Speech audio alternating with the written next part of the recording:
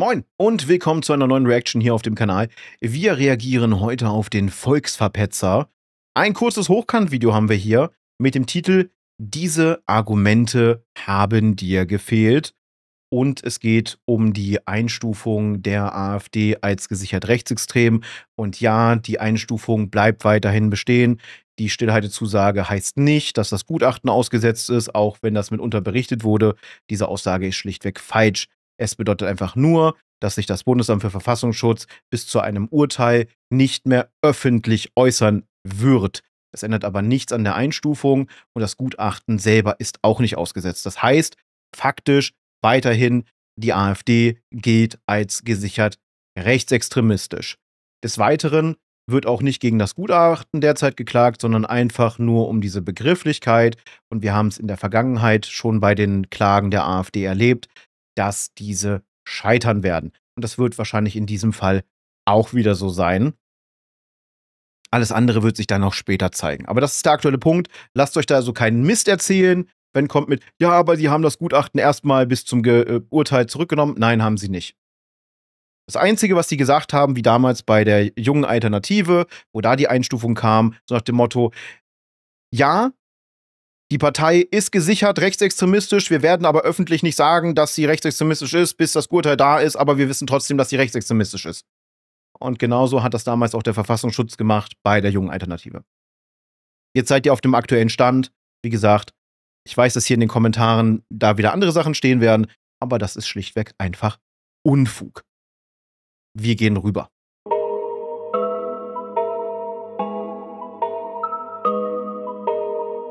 Argumente, die ihr kennen solltet, bevor ihr über ein AfD-Verbotsverfahren diskutiert. Der Verfassungsschutz hat die Hochstufung endlich öffentlich gemacht. Die gesamte AfD ist jetzt als gesichert rechtsextrem eingestuft und deswegen muss jetzt dringend über ein AfD-Verbotsverfahren diskutiert werden. Sagt nicht nur ich, das sagen auch die Experten. Und insofern ist diese Diskussion um das Verbotsverfahren jetzt dann auch bitter notwendig. Und damit ihr... Ja, eigentlich ist die Diskussion mittlerweile hinfällig. Es ist jetzt demokratische Pflicht, ein Verbotsverfahren einzuführen.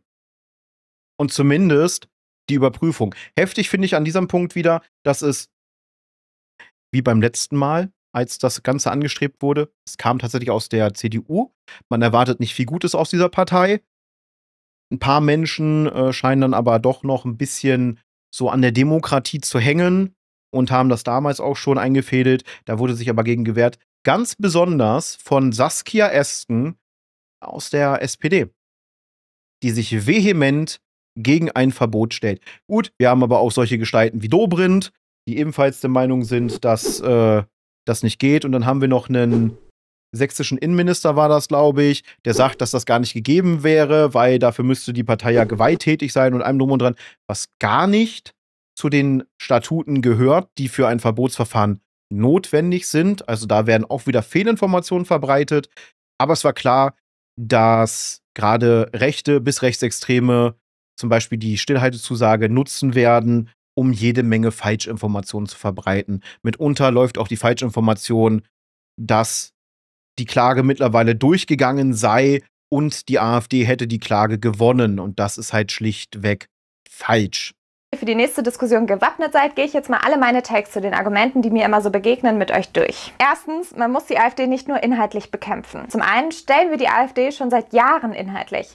WissenschaftlerInnen, JournalistInnen, die decken immer und immer wieder in Studien und Artikeln auf, wie menschenfeindlich, erwiesen rechtsextrem und auch einfach unrealistisch die Politik ist. Manche argumentieren trotzdem gegen ein Verbotsverfahren, weil sie sagen, ja, man müsste die AfD doch inhaltlich stellen. Nee, und viele verwechseln dann auch mit inhaltlich stellen. Inhaltlich stellen ist nicht, dass eine andere Partei deren Punkte übernimmt und die dann durchsetzt und denkt, dann wandern die Leute ab zu der Partei, die das durchsetzt. Ne? Klöckner mit ihrer Aussage, alles, was ihr wollt, könnt ihr auch mit einer demokratischen Partei haben. Wählt dafür einfach die CDU. Der Post ist mittlerweile gelöscht, aber im Grunde genommen sagt sie, ihr seid xenophob, wählt die CDU, setzen wir für euch durch.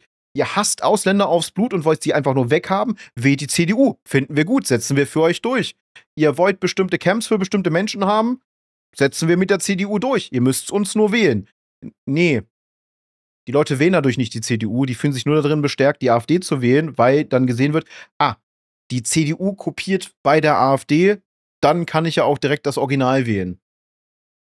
Was auch aufhören muss, und das mindestens jetzt seit der festen Einstufung, dass der ÖRR endlich aufhört, diese Menschen einzuladen. Als die Einstufung veröffentlicht wurde, wurde erstmal beim ARD Tino Kruppalla eingeladen, was er denn davon hält, dass seine Partei als gesichert rechtsextremistisch eingestuft wurde.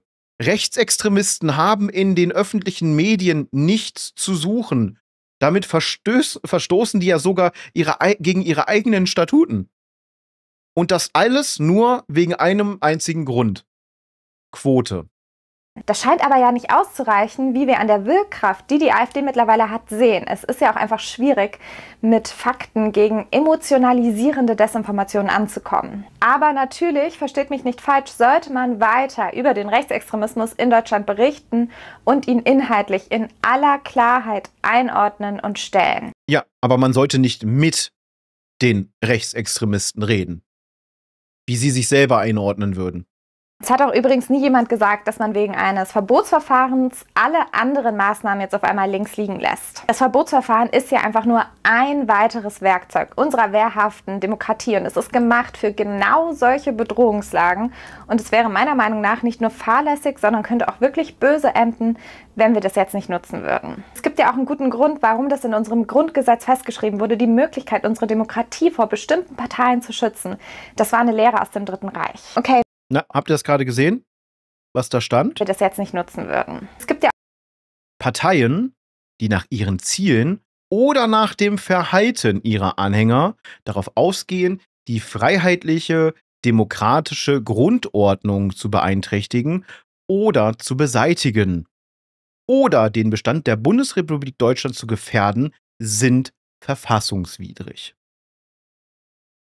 Und von der Anhängerschaft der AfD geht das sehr, sehr heftig aus. Mitunter kommen ja auch solche Aussagen, Quote, habe ich sogar schon bekommen, wenn wir, in Klammern AfD, an der Macht sind, dann wirst du gepackt und entsorgt. Zitat Ende. Das ist das, was man mir unter anderem in regelmäßigen Abständen und in verschiedenen Formulierungsarten so an den Kopf wirft. Das landet privat in PMs, das landet in öffentlichen Kommentaren unter YouTube-Videos oder sonst irgendwo.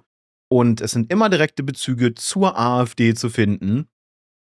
Aber nein, einzelne Aussagen, das ist ja, nee, das reicht ja nicht aus. Ja auch einen guten Grund, warum das in unserem Grundgesetz festgeschrieben wurde, die Möglichkeit, unsere Demokratie vor bestimmten Parteien zu schützen. Das war eine Lehre aus dem Dritten Reich. Okay, next. Die AfD stellt sich so oder so als Opfer dar. Es wird ja ziemlich oft argumentiert, dass man kein Verbotsverfahren anleiten sollte, da sich die AfD dann als Opfer inszenieren könnte. Die AfD inszeniert sich grundsätzlich als Opfer. Da ändert ein Verbotsverfahren auch nichts dran. Aber sich als Opfer darzustellen, das macht die AfD ohnehin schon die ganze Zeit. Das ist eine Kernstrategie dieser extrem rechten Partei. Es ist ganz egal, was wir machen. Diese Strategie werden sie immer verfolgen. Ernst gemeinte Frage. Wenn wir deswegen jetzt einknicken würden und aufhören würden, unsere Demokratie zu schützen, hätte die AfD dann nicht gewonnen? Drittens, das NPD-Verbot ist aus einem Grund gescheitert, der auf die AfD nicht zutrifft. Das Verbotsverfahren 2017 bei der NPD ist aus dem Grund gescheitert, weil eine Partei nur dann verboten werden kann, wenn sie auch gewisse Chancen hat, ihre verfassungsfeindlichen Ziele durchzusetzen. Das ja, wollte man mir nicht glauben. Nach dem Motto, ja, aber die sind ja mindestens noch schlimmer. Ja, aber die sind irrelevant. Ja, aber die sitzen ja auch in Stadträten und in Kommunen und allem drum und dran. Ja, aber auf Deutschland gesehen mit, was hatten sie so immer so zwischen 1 und 3%? Irrelevant. Sie hatten nie die Möglichkeit, wie die AfD, bestimmte Strukturen auszusetzen, zu zersetzen oder zerstören zu wollen. Das konnte die NPD, jetzt Heimat, die haben sich ja umbenannt, nie. So weit sind die nie gekommen. Und das unterscheidet ganz, ganz groß auch die Erfolgschancen eines Verbotsverfahrens, wenn man das in Relation stellt mit der AfD. Denn die AfD hat diese Möglichkeit. Alleine schon durch diese riesengroßen Desinformationsnetzwerke, Trollfabriken und so weiter und so fort. Das ist alles faktisch belegt. Das war bei der NPD halt nicht der Fall. Die AfD wiederum ist bei der letzten Bundestagswahl als zweitstärkste Partei hervorgegangen. Das macht sie deutlich gefährlicher und damit ein Verbot auch deutlich wahrscheinlicher. Das Deutsche Institut für Menschenrechte hat in einer Analyse festgestellt, dass die Gefahren, die von der AfD ausgehen, erheblich sind und die Voraussetzungen für ein Verbot gegeben. So viel dazu. Kritiker des Verbotsverfahrens, sie weisen ja oft auf das gescheiterte Verbotsverfahren der NPD hin, aber wie ihr seht, ist dieses Argument irgendwie so ein bisschen haltlos. 4. Keine Angst vor Nachfolgeorganisationen. Ja, auch wieder ein Punkt. Auch ein Punkt, der tatsächlich hier im Chat schon für sehr viele Streitereien gesorgt hat. Nachfolgeorganisation. Argument, und ich wette, da wird sie gleich auch darauf eingehen, ist, ja, aber wenn die AfD verboten ist, was hindert denn die Leute daran, dann einfach die nächste Partei zu gründen, 4, 5 Jahre zu warten, um dann wieder an derselben Stelle zu stehen? Alles. Denn mit diesem Verbot, gehen wir mal von dem Punkt aus, das Verbot kommt durch, haben diese Menschen keine Möglichkeit mehr, in der Politik irgendwas zu machen. Sie dürfen es schlichtweg nicht. Ein Höcke kann dann nicht einfach in die nächste Partei eintreten. Es würde jetzt auch nicht funktionieren, wenn dieses Verfahren eingeleitet werden würde, dass zum Beispiel Höcke, Weidel, Krah und Co. sagen, sie treten jetzt aus der AfD raus und gründen eine neue Partei. Es ist die Nachfolgepartei der AfD. Würde also das AfD-Parteiverbot erfolgen, würde diese Partei dann direkt mitverboten werden, weil sie zur selben Struktur gehört. Dadurch, dass jetzt die AfD aber noch beigegangen ist und die junge Alternative mehr an sich binden will, also mehr an die Partei heranziehen, die als gesichert rechtsextrem eingestuft ist, deswegen wollen sie die zum Beispiel unbedingt, ich glaube, Junge Patrioten war so der neue Name, das wird denen auch auf die Füße fallen. Also nein, es kann keine Nachfolgeorganisationen daraus resultierend geben.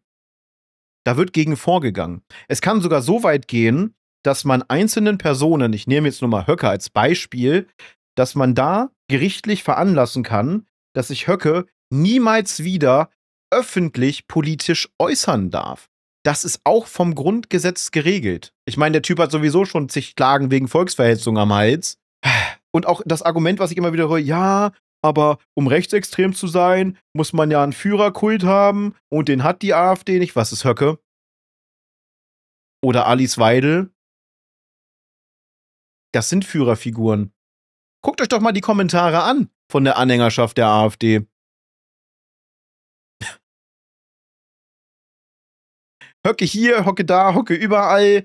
Alice Weidel hier, Alice Weidel da, Alice Weidel überall. Es gibt Tanzvideos, da werden Fotos von den beiden abgeknutscht oder man sieht Videos, wo ein Altar im Hintergrund aufgebaut ist und dann ein Foto von Höcke und Weidel und da hast du nicht gesehen. Also wenn das kein Führerkult ist und kein Anbeten von Persönlichkeiten, dann weiß ich auch nicht. Und übrigens, solches geht auch in die Beweislage mit rein. Also wenn du dich da jetzt angesprochen fühlst und du so ein Video gemacht hast, GG dazu. Dein Video wird wahrscheinlich schon irgendwo gespeichert sein und als Beweismittel hinterlegt.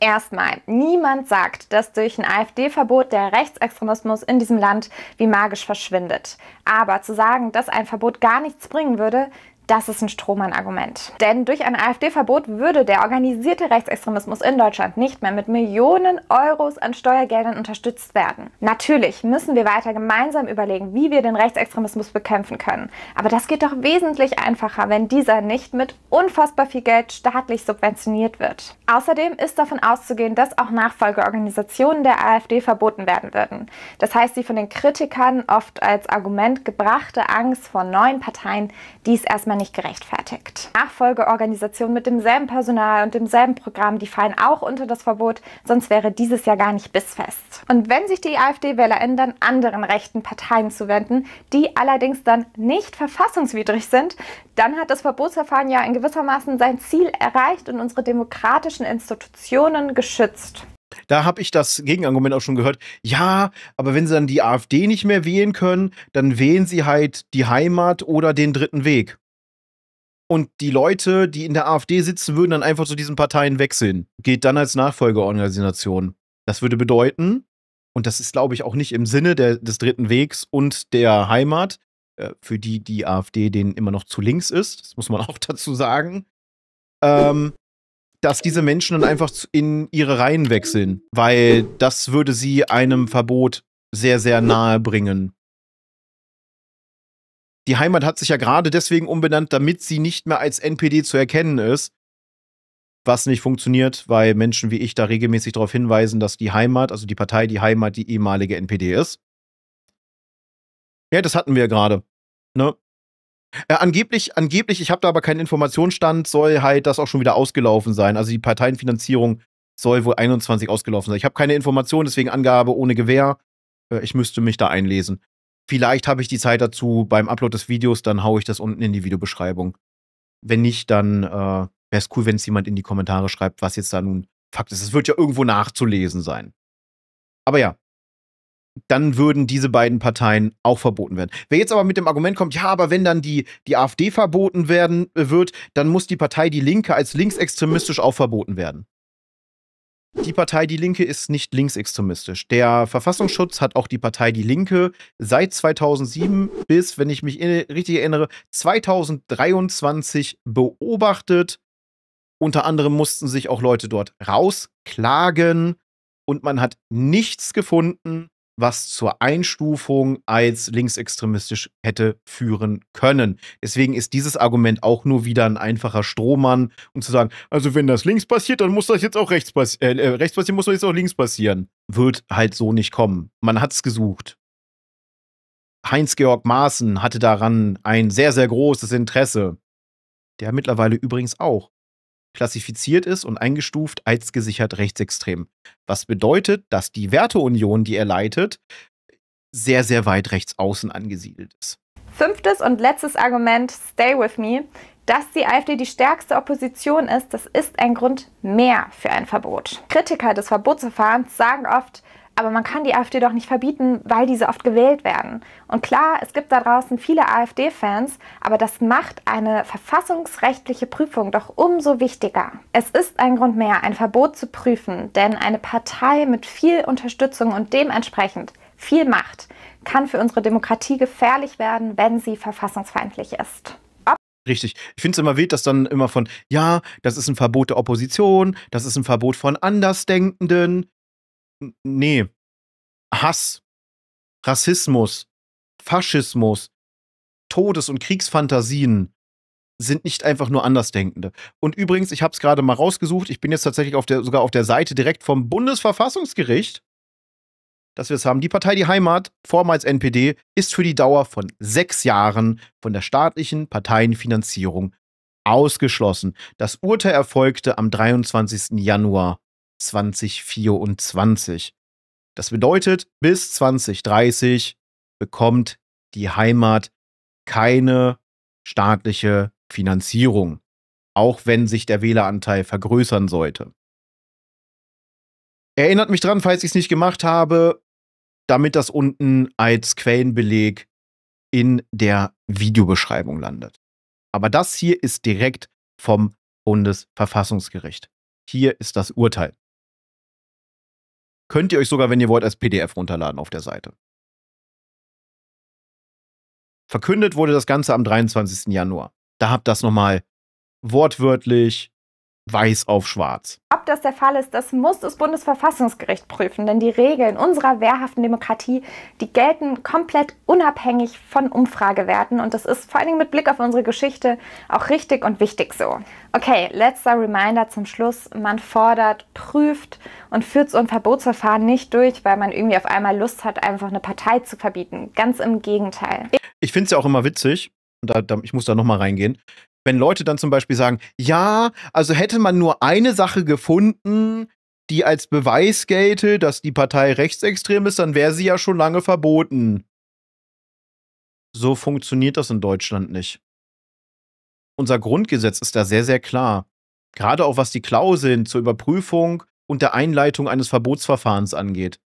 Diese Verfahren haben mit Absicht sehr, sehr hohe Hürden, weil sonst könnte jede Partei einfach beigehen und sagen, ich mag die nicht, die werden jetzt verboten und wir suchen uns eine Aussage raus und das reicht dann aus. So könnte zum Beispiel die CDU jegliche Konkurrenz ausschalten. Bei der AfD geht es aber nicht darum, die Konkurrenz auszuschalten, was immer gesagt wird, sondern eine gesichert rechtsextremistische Partei, die gegen unser Grundgesetz agiert, gegen unsere Verfassung. Und deswegen ist es wichtig, dass diese Partei verboten wird. Ich würde mir ja wünschen, es wäre nicht notwendig, aber laut ExpertInnen gefährdet die AfD unsere freiheitliche, demokratische Grundordnung. Und da bleibt uns als DemokratInnen, finde ich, nichts anderes übrig, als zu den Werkzeugen zu greifen, die uns alle und unsere Demokratie schützen sollen. Interessant ist immer auch mit, ja, die AfD setzt sich ja für den Mehrheitswillen ein und würde den dann halt auch akzeptieren. Jede zweite Person im Land wünscht sich ein AfD-Verbot. Sogar Menschen innerhalb der AfD wünschen sich dieses Verbotsverfahren. Wahrscheinlich erhoffen sie sich dadurch, dass das halt nicht durchkommt und dass sie dann sagen können, guckt mal, wir sind eine demokratische Partei. Aber diesen Wunsch gibt es auch innerhalb der Partei. Jetzt könnte man aber sagen, ja, aber wenn ja nur jeder Zweite, dann ist ja jeder Zweite auch dagegen. Nee, eben nicht. Es gibt ja auch Menschen, die sich enthalten haben. Und die kann man nicht direkt auf die Seite mitstellen mit, nee, die wollen das eigentlich gar nicht. Das ist nämlich auch das Ding, was immer wieder als Argument genommen wird mit, ja, aber der Mehrheitswille und das Volk, wobei man da noch differenzieren muss, für Menschen rund um die AfD und innerhalb der AfD ist das Volk nur dieser Personenstamm, die ihre völkischen Narrative teilen. Ne, deswegen reden sie auch immer von so Sachen wie Passdeutsche und so ein Scheiß. Wobei bei uns klar geregelt ist, wer einen deutschen Pass hat, gilt als Staatsbürger Deutschlands oder Staatsbürgerin. Und als Volk werden alle Menschen bezeichnet, nach unseren Richtlinien, die sich länger als 3 Monate in einem Land dauerhaft aufhalten. Das ist unsere Rechtsgrundlage hier. Und daran will sich die AfD eben nicht halten. Deswegen ist mein Argument zum Schluss, eine Demokratie muss intolerant gegenüber ihren Feinden sein. Das heißt, ein Verbotsverfahren könnte in diesem Falle sogar demokratisch sein. Alle Quellen und mehr Infos findet ihr wie immer in der Caption. Ja, kurzes und knackiges Video vom Volksverpetzer mit wichtigen Argumenten. Ich kann euch aber sagen, die Argumente werden bei diesen Personen nicht ankommen. Die kommen höchstenfalls bei Menschen an, die noch sehr, sehr unentschlossen sind. Aber beim festen Wählerstamm, sie wählen sie nicht trotzdem, sondern eben weil die AfD rechtsextremistisch ist. Sie wollen das. Das ist deren Ziel. Deswegen wird diese Partei gewählt.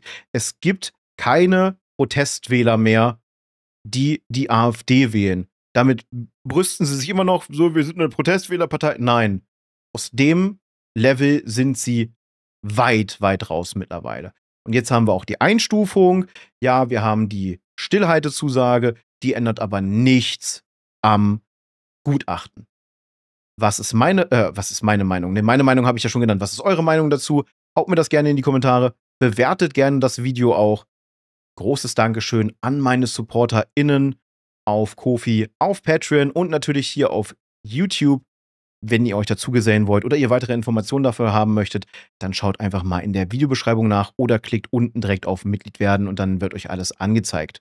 Ansonsten, wenn ihr mal live mitdiskutieren möchtet oder in den Streams allgemein mal dabei sein möchtet, dann schaut auch gerne mal in der Videobeschreibung vorbei. Da ist alles Nötige verlinkt.